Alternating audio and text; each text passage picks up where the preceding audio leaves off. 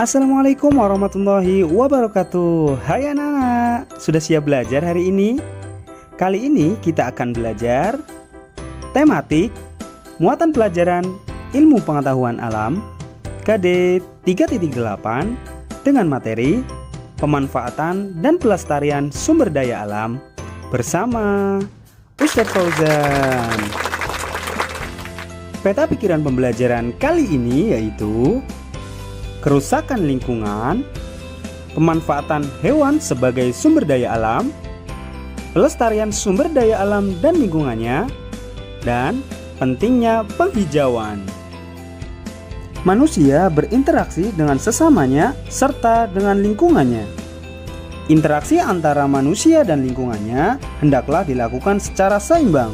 Jika interaksi antar manusia dan lingkungan tidak seimbang, akan menimbulkan berbagai masalah.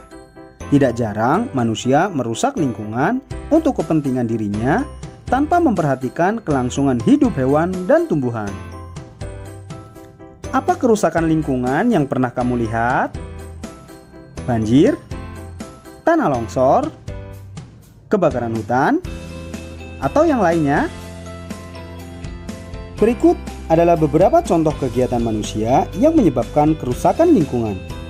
Yang pertama, membuang sampah sembarangan atau tidak pada tempatnya.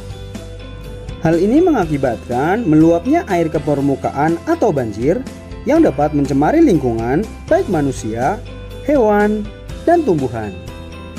Yang kedua, membakar hutan. Hal tersebut mengakibatkan satwa-satwa kehilangan tempat tinggal atau habitatnya dan sumber makanannya. Yang ketiga, menggunakan bom atau pukat harimau untuk menangkap ikan di laut. Hal tersebut dapat mengakibatkan rusaknya ekosistem laut. Misalnya, rusaknya terumbu karang dan berkurangnya populasi hewan tertentu, seperti penyu. Dalam memenuhi kebutuhan hidupnya, manusia memerlukan hewan dan tumbuhan. Hewan dimanfaatkan sebagai bahan makanan, bahan obat-obatan, dan dimanfaatkan tenaganya oleh manusia. Contoh pemanfaatan hewan oleh manusia antara lain ayam dan bebek dimanfaatkan untuk diambil telur dan dagingnya. Kerbau dan sapi dimanfaatkan untuk diambil daging dan tenaganya untuk membajak sawah. Ikan koi, kucing, dan kelinci dimanfaatkan untuk hewan peliharaan. Hewan juga berperan dalam menjaga keseimbangan alam. Contohnya, ular memakan tikus sehingga jumlah tikus di sawah tidak berlebihan. Oleh karena itu, tanaman padi tidak habis dimakan tikus sehingga petani dapat memanen padi. Ular di sawah tersebut berfungsi menjaga keseimbangan alam, yaitu keseimbangan jumlah tikus dan tanaman padi. Apa sih akibatnya jika keseimbangan alam tidak terjaga? Sebagai contoh, apa yang akan terjadi jika ular sawah musnah atau hilang dari sawah? Ya, tikus sebagai hama padi tidak ada pemangsanya lagi. Jumlah tikus akan semakin banyak. Akibatnya, tanaman padi akan habis dimakan tikus. Petani tidak dapat memanen padi. Keseimbangan alam harus kita jaga agar tidak menimbulkan masalah bagi manusia dan lingkungan. Berikut adalah contoh cara menjaga keseimbangan alam. Yang pertama, tidak memanfaatkan hewan secara berlebihan. Pemanfaatan yang berlebihan akan menyebabkan hewan tersebut menjadi langka atau bahkan punah. 2. Menjaga habitat atau tempat hidup hewan. Misalnya, tidak merusak tumbuhan di hutan. Yang ketiga, tidak membeli barang yang berasal dari bagian tubuh hewan langka. Mari bersama-sama kita jaga keseimbangan lingkungan kita.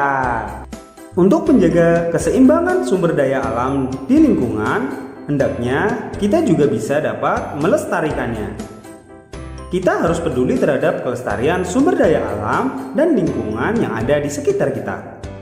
Misalnya, peduli terhadap hewan dan tumbuhan. Hewan dan tumbuhan memberikan banyak manfaat kepada manusia. Sudah seharusnya kita menjaga dan merawatnya. Tumbuhan yang tidak dirawat mudah terserang hama dan penyakit. Misalnya, tanaman tomat yang tidak terawat akan terlihat layu dan tidak segar. Hal itu dikarenakan tanaman tersebut kekurangan air dan nutrisi. Jika keadaan tersebut berlangsung terus-menerus, tanaman tersebut akan mati. Hewan yang tidak terawat mudah terserang penyakit. Misalnya, burung merpati yang sakit karena tidak terawat dengan baik. Burung merpati yang sakit dapat menularkan penyakit kepada makhluk hidup lain. Selain itu, kandang yang jarang dibersihkan akan menimbulkan bau yang tidak sedap. Sama halnya dengan tanaman tomat. Jika burung merpati tetap didiamkan tanpa adanya perawatan, maka burung tersebut akan mati. Di rumah kalian ada hewan peliharaan? Apakah kalian tahu ciri-ciri hewan yang terawat dan tidak terawat? Berikut adalah ciri-ciri hewan yang terawat. Pertama, tubuh yang tegak dan bergerak lincah. Kedua, bulu atau rambut terlihat bersih dan mengkilat. Jika dipegang atau diusap, tidak mudah rontok. Yang ketiga, kulit bersih dan tidak ada luka. Keempat, mata terlihat jernih, terang, dan tidak keruh. Sedangkan ciri-ciri hewan yang tidak terawat diantaranya tubuh cenderung lemas, lunglai, dan tidak bertenaga. Bulu atau rambut terlihat kotor, kusam, dan rontok. Selanjutnya, kulit terdapat luka dan mata berair atau bernanah sehingga terlihat keruh, bahkan tidak bisa melihat. Ayo, coba kamu perhatikan hewan peliharaan di rumahmu. Apakah kamu sudah merawatnya dengan baik? Selain melestarikan hewan, kita juga dapat melestarikan berbagai macam tumbuhan. Pelestarian sumber daya alam dapat dilakukan dengan melakukan penghijauan atau reboisasi di sekitar kita. Penghijauan bertujuan untuk menjaga lingkungan dari kerusakan. Misalnya, membenahi tanah bekas galian pertambangan atau memupuk tanah untuk mengembalikan kesuburan tanah. Penghijauan dapat dilakukan dengan memanfaatkan lahan kosong di sekitar kita. Misalnya, lahan tersebut ditanami dengan tanaman obat keluarga atau toga. Tanaman obat keluarga adalah tanaman hasil budidaya rumah yang berkhasiat sebagai obat.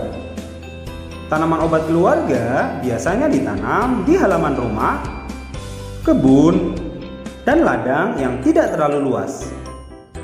Manfaat tanaman obat keluarga adalah untuk memenuhi keperluan keluarga akan obat-obatan sederhana dengan mudah dan praktis. Contoh tanaman obat keluarga antara lain jahe, kunyit, kencur, lidah buaya, sirih, dan kumis kucing. Kamu dapat memanfaatkan lahan perkarangan rumahmu, misalnya dengan menanami tanaman obat tersebut. Ada tanaman obat apa di sekitar rumahmu? Tahukah kamu manfaat tanaman obat itu? Berikut adalah contoh manfaat tanaman obat. Yang pertama, temulawak. Bermanfaat untuk meningkatkan daya tahan tubuh, mengobati sakit kuning, diare, mah, perut kembung, pegal-pegal, menurunkan kadar lemak darah, dan mencegah penggumpalan darah. Yang kedua, daun sirih. Bermanfaat untuk mengobati batuk, sebagai antiseptik atau membunuh kuman, mimisan, dan obat kumur. Yang ketiga, daun seledri. Bermanfaat untuk menurunkan tekanan darah. Keempat, jeruk nipis. Bermanfaat untuk mengatasi suara serak, batuk, bau badan, menambah nafsu makan, mencegah rambut rontok, ketombe, flu, dan demam. Yang kelima, kunyit. Bermanfaat untuk ramuan jamu atau menghilangkan gatal, mencegah kanker, dan menurunkan kadar lemak darah atau kolesterol. Ternyata banyak sekali tanaman di sekitar kita yang bermanfaat sebagai obat-obatan. Jadi, jika kamu atau anggota keluargamu mengalami gejala-gejala sakit, bisa memanfaatkan tanaman obat keluarga yang ada di sekitar kita.